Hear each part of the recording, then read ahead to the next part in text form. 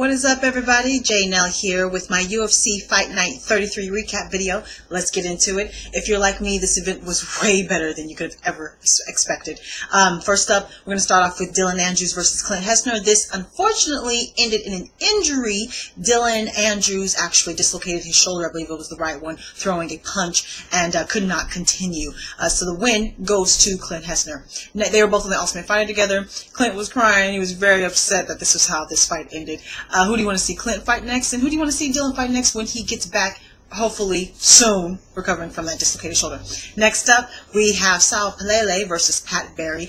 This, heavyweights, ended in the first round. So they were going back and forth. Sal actually took him down, got on top, full mount, and rained down bombs. Eventually got through any sort of guards or defense that Pat Barry could put up, knocked him smooth out, hands flat on the mat, head back, bouncing off the mat. When he eventually did try to stand up, Pat fell back down. It was a devastating loss, dominant victory for Pelele.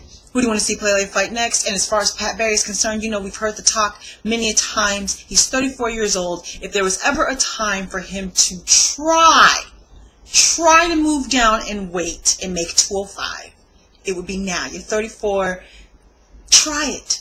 You know, he insists on being heavyweight. He's a very small heavyweight, short and small. I don't know if he's tried before, but I just say you're 34. If there was ever time to try something new, a new camp, a new strategy, a new anything, try it now, because I don't see him being heavyweight champion. Do you? Answer that question. Do you think Pat Barry could ever be heavyweight champion, could be the Cain Velasquez, could be the JDS? I think he should try to move down and try it now. All right, next up, we had Ryan Bader against Anthony Perosh, and Ryan Bader took this one. Dominant as could be, completely landslide victory, all 3 rounds.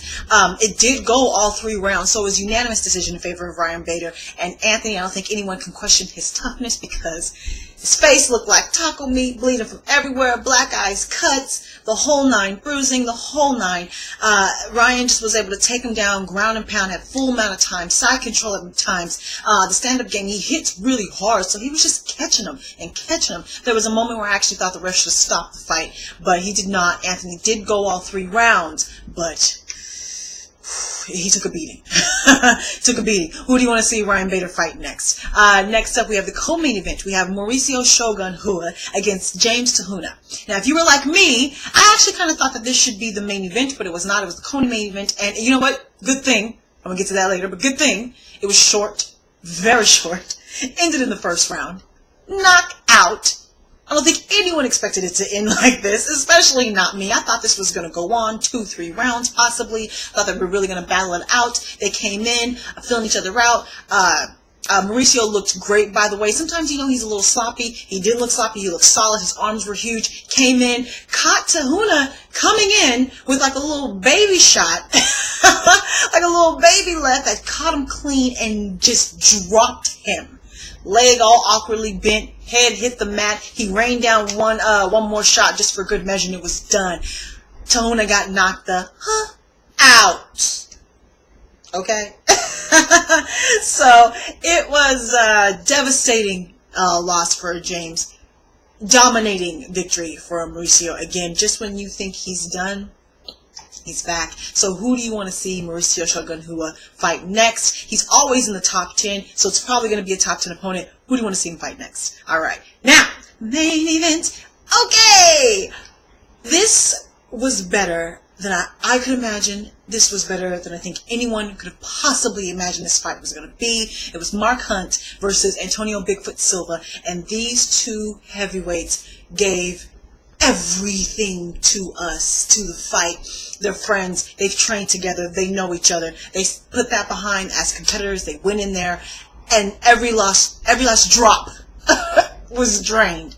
It was a war. There was a moment in the 4th where I thought the ref should have stopped it when Antonio had him full mounted. Antonio was full mounted onto Mark Hunt and was raining down bombs. There was a moment in the 5th where Mark Hunt had Antonio up against the fence and was just tagging him even though he had nothing, but he still hit really hard. Okay, it was back and forth. Whenever Mark Hunt hit him, he hit him hard. I'd say the earlier rounds probably went to Bigfoot. The later rounds probably went to Mark Hunt. Mark Hunt's leg is probably messed up because he was really, Bigfoot was really tagging that lead leg of his to the point where he was limping. I believe the third or fourth round, he was actually limping that whole round. But then it got to a point where both of them were just so drained and so tired that I don't think Mark Hunt felt the pain in that leg. I don't think Antonio felt the cuts and the bruises and the black eyes and the swollen face, because every time Mark tagged him, he hit him hard. It was a majority draw. One ref gave it to Mark Hunt by 2. The other 2 gave it to Antonio Silva. Majority draw. They both got win bonuses. They both got Fight of the Night bonuses. This was incredible.